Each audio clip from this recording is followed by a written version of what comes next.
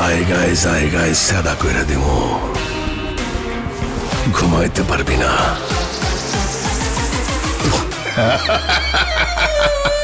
হেই কি অবস্থা সবার, দিস ইজ রঞ্জন। সুড়ঙ্গ 2 সিনেমার অ্যানাউন্সমেন্ট ভিডিও এসে গিয়েছে। যেই আফরান নিশোকে আসলে আমরা খুঁজছিলাম, সেই আফরান নিশো ইজ ব্যাক। আফরান নিশোকে আমরা আসলে অ্যাকশন অবতারে খুঁজছিলাম, আফরান নিশোকে সেই অবতারে আসলে দেখা গেল। আপনারা আসলে কতটা এক্সাইটেড?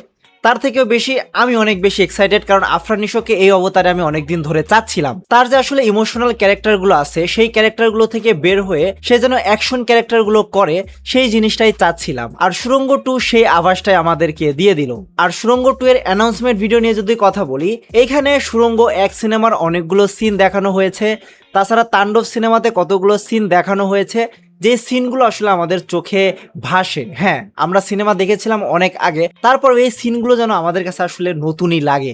প্রত্যেকটা সিন আপনি দেখবেন আর ভাববেন যে এই সিনগুলো আসলে রায়হান রাফি কত যত্ন সহকারে, কত সুন্দর করে বানিয়েছে। তার হাতের ডিটেলস থেকে শুরু করে তার যে হাতে ময়না লেখা রয়েছে, তাণ্ডব সিনেমাতে মিখাইল যে তার টাকা চুরি করে নিয়েছিল, সেই জিনিসটা আসলে আমরা সুড়ঙ্গ 2 সিনেমাতে খুব ভালোভাবে দেখতে পারবো। আর সেই আভাসটা কিন্তু রায়হান রাফি তার এই অ্যানাউন্সমেন্ট ভিডিওতে দিয়ে দিল।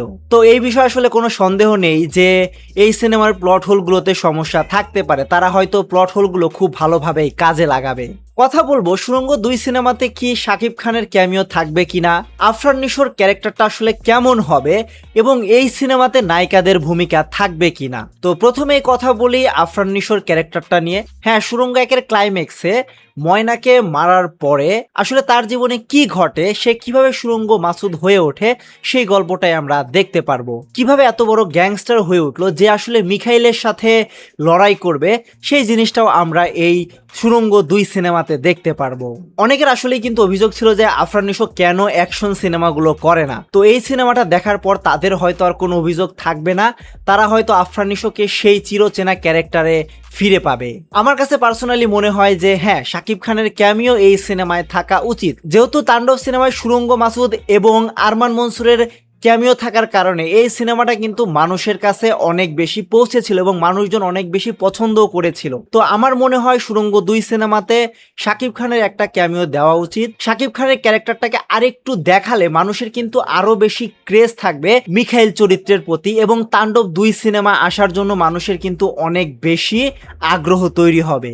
এখন আসি সুড়ঙ্গ 1 সিনেমায় যে ময়নাকে মেরে ফেলা হলো, 2 সিনেমাতে কি আসলে কোনো নায়িকা থাকবে? হ্যাঁ, সুড়ঙ্গ 2 সিনেমাতে হয়তো নায়িকা থাকবে, তবে তেমন কোনো হয়তো বড় প্রভাব ফেলবে না। তো এই সিনেমার টিজার ট্রেলারের জন্য অপেক্ষা করব। সিনেমাটা ডিসেম্বরে মুক্তি পাচ্ছে এবং শাকিব খানের সোলজার সিনেমার সাথে ক্ল্যাশ হতে যাচ্ছে। তো আপনাদের কি মনে হয় এই সিনেমাটা আসলে কত কালেকশন করতে পারবে, সেটা আমাদেরকে কমেন্টে জানাতে পারেন। আর এই সিনেমার ট্রেলার বা টিজার কবে আসতে পারে সেটাও আমাদেরকে জানাতে পারেন। রিভিউ বাইয়ের সম্পূর্ণ ভিডিওটি দেখার জন্য ধন্যবাদ।